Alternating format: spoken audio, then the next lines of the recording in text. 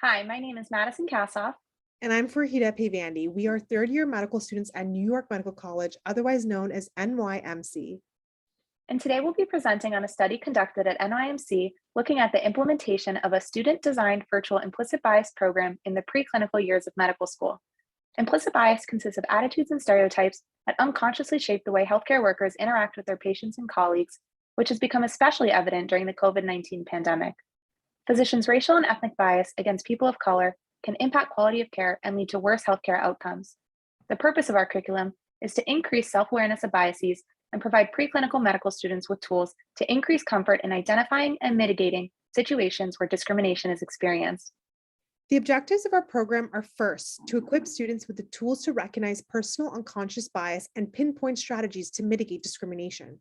And second, to train students on how to create safe spaces for leading thoughtful discussions with peers on implicit bias and racism. We performed a retrospective study to assess the effectiveness of a virtual anti-bias training within the preclinical curriculum. First-year medical students at NYMC participate in a curriculum created by second-year students and the Office of Diversity and Inclusion.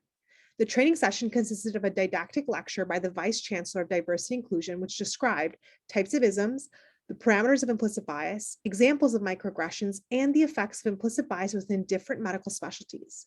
Students then participated in a small group case discussions led by trained second-year students. Participants were trained on how to use the charge squared framework, which empowers healthcare workers with a step-by-step guide on how to address their own personal unconscious bias.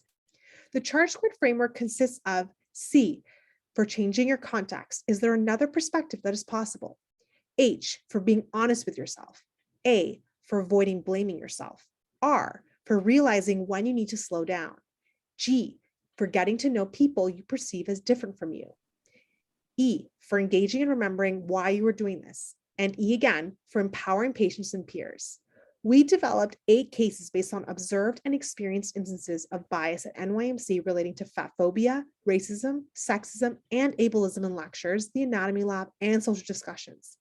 Participants completed pre and post training surveys, including 5-point Likert scale questions and short answer responses to determine the impact of the training.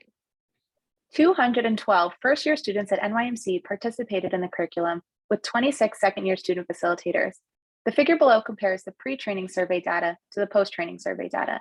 After completing the training, there was a statistically significant increase of 20% of first-year students who agree or strongly agree that they are comfortable facilitating a discussion with peers about implicit bias. There was also a statistically significant increase of 47% of first-year students who agree or strongly agree that they feel comfortable using the charge squared framework to address bias. 92% of the first-year students agree or strongly agree that additional implicit bias training would make them a better doctor in the future. As you can see in the table on the right, student testimonials demonstrated great interest in the training session. They appreciated having early in their medical careers and they desired to have continued sessions for additional growth as future physicians. For example, students wrote that they felt comfortable opening up to students they'd never met before about these serious topics. They have a better appreciation of the impacts of their behavior, and they appreciated that the cases were specific to our institution. Lastly, the successful implementation of this curriculum led to additional training sessions adapted for second-year medical students and other graduate programs. So what is the takeaway from our program? This student-developed curriculum was a beneficial method to introduce concepts and strategies to preclinical students so they could recognize and address implicit bias, microaggressions, and racism in an engaging way. Our program is associated with increased comfort discussing these issues with peers, and students demonstrated they were more comfortable using the charge squared framework to address bias. Feedback demonstrated an overwhelmingly positive response to the training and strong interest in continued curricular experiences. We believe that greater curriculum integration across all 4 years of medical school will reinforce these topics and support students as they confront bias in their daily and clinical lives. It's important to note that our study is limited by incomplete follow-through on post-training surveys. Students who did not find the program effective may have been less likely to fill out the survey, reducing generalizability of our findings. Moving forward, further research on the effectiveness of more frequent implicit bias training in the preclinical years, as well as expanded training for the clinical years of medical school, will be helpful in creating a longitudinal program to better improve outcomes in both the personal and professional lives of medical students. We want to give a special thanks to the NYMC Office of Diversity and Inclusion, the NYMC chapter of Student National Medical Association, and our incredible student facilitators for their support in implementing our implicit bias training program. Thank you so much for listening.